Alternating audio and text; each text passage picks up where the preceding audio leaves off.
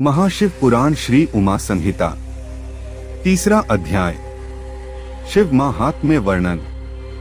श्री कृष्ण जी ने उपमन्यु से पूछा, हे महामुने, क्या भगवान शिव मुझे भी दर्शन देंगे? उनकी बात सुनकर उपमन्यु बोले, अवश्य ही भगवान शिव आपको दर्शन देंगे।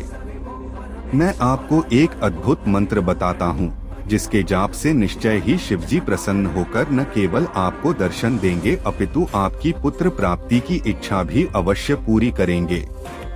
तब उन्होंने श्री कृष्ण को शिव महिमा का वर्णन करते हुए पंचाक्षरी मंत्र ओम नमः शिवाय की दीक्षा दी।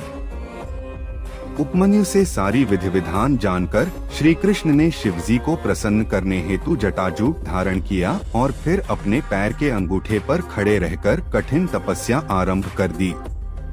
श्री कृष्ण को भक्तिपूर्वक शिव उपासना करते करते 15 माह बीत गए। 16वां महीना लगते ही सर्वेश्वर शिव ने प्रसन्न होकर श्री कृष्ण को श्री पार्वती जी सहित दर्शन दिए और बोले, हे कृष्ण, आप मेरे परम भक्त हैं। आपकी इस भक्तिपूर्ण आराधना से मैं बहुत प्रसन्न हूँ। मांगो, क्या मांगना चाहते हो? शिवजी के ऐसे वचन सुनकर श्री कृष्ण बोले, हे देवाधिदेव महादेव जी, आपने मुझे दर्शन देकर आज मेरा जीवन सफल कर दिया।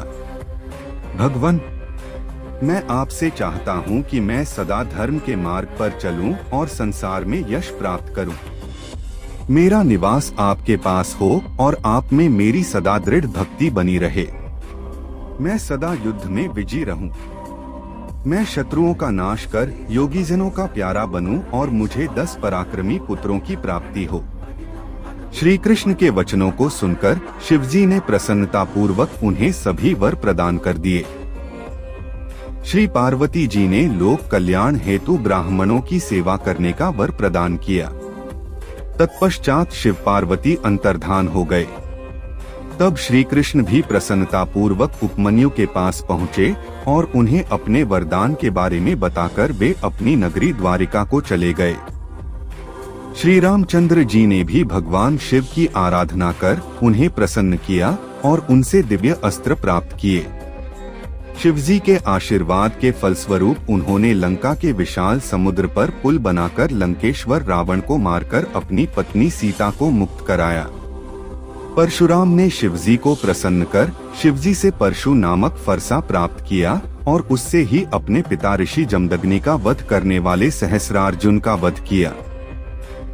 चाक्षुष नामक मनुपुत्र ने शाप भोगते हुए भी दंडक वन में शिवजी की तपस्या की, जिससे प्रसन्न होकर शिवजी ने उन्हें सांसारिक बंधनों से मुक्त कर गणेश जी का गण बना दिया। गर्ग मुनि की आराधना से प्रसन्न होकर 1000 पराक्रमी पुत्रों का आशीर्वाद प्रदान किया। शिवजी की कृपा से ही गालव नामक एक निर्धन ने अपनी तपस्या से शिवजी को प्रसन्न कर अपने पिता को पुनर्जीवित कर दिया। मुनियों, इस प्रकार मैंने आपसे शिव महात्म्य का वर्णन किया।